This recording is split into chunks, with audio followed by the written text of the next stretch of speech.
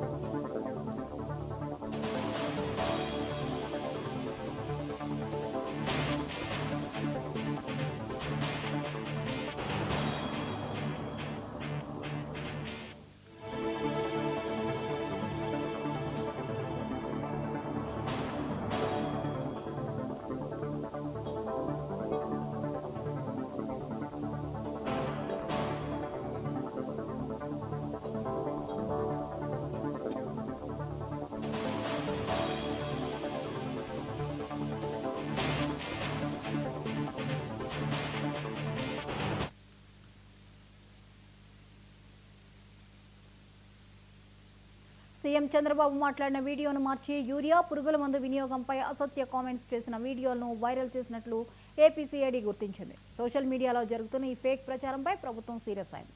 ఈ అంశంపై మరిన్ని అప్డేట్స్ ని మా ప్రతినిధి కొండలరావు అందిస్తారు. కొండలరావు, చంద్రబాబుపై ఫేక్ వీడియో ప్రచారంపై ప్రభుత్వం సీరియస్ అవుతోంది, వివరాలు ఏంటి?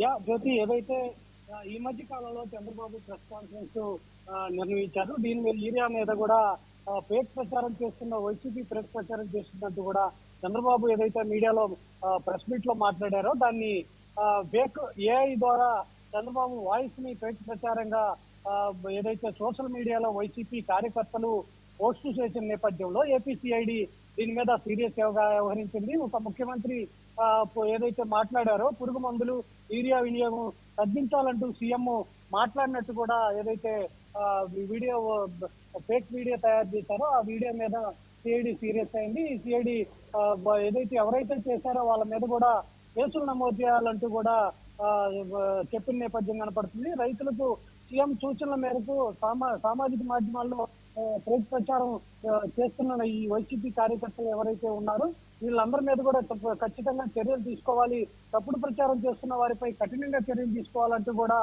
ఏది సైబర్ క్రైమ్ ఐజీ ఆదేశాలు జారీ చేశారు. ఈ ఆదేశాలు జారీ చేసిన నేపథ్యంలో ఎవరైతే ఈ ఫేక్ ప్రచారం చేస్తున్నారో వాళ్ళని గుర్తించి వారందరి మీద కూడా కేసు నమోదు చేయాలంటూ కూడా చెప్పడం జరిగింది. వాస్తవాలు ధృవీకరించకుండా ఏ సమాచారం నమ్మొద్దంటూ కూడా ప్రజలకు ముఖ్యమంత్రి సూచన చేశారు. కొద్దిసేపటి క్రితమే మంత్రి నారా లోకేష్ కూడా ఫేక్ రియల్ అని ఒక ట్విట్టర్ లో ఒక పోస్ట్ కూడా చేయడం జరిగింది. ప్రజలెవరూ కూడా నమ్మొద్దంటూ కూడా చెప్పడం జరిగింది. రాష్ట్రంలో యూరియా కొరత ఎక్కడా లేదు, రైతులందరూ బాగున్నారంటూ కూడా చెప్పడం జరిగింది. దీని మీద సిఐడి అయితే సీరియస్ గా తీసుకొని ఎవరైతే చేశారో వాళ్ళ మీద కేసులు నమోదు చేస్తున్నట్టు Jyothi. Right, thank you Kondalarao.